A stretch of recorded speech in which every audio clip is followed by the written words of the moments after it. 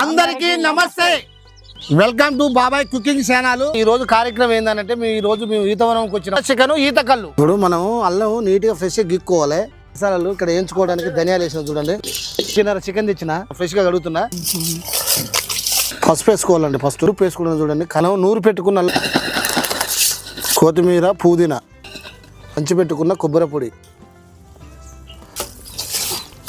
మనం గోసి పెట్టుకున్న పచ్చిమిర్చి, కరివేపాకు కూడా వేస్తున్నా చూడండి. పెట్టుకున్న ఉల్లిగడ్డ, కారం వేసుకుంటున్నాం అండి. అంత కారం పట్టిస్తున్నా. దంచి పెట్టుకున్న మసాలా, కుండలో పెరుగు, ఇక నిమ్మకాయ అండి.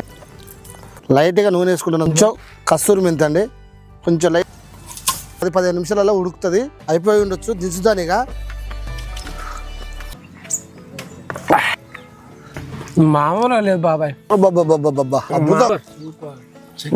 సూపర్ అంటే సూపర్ ఉంది.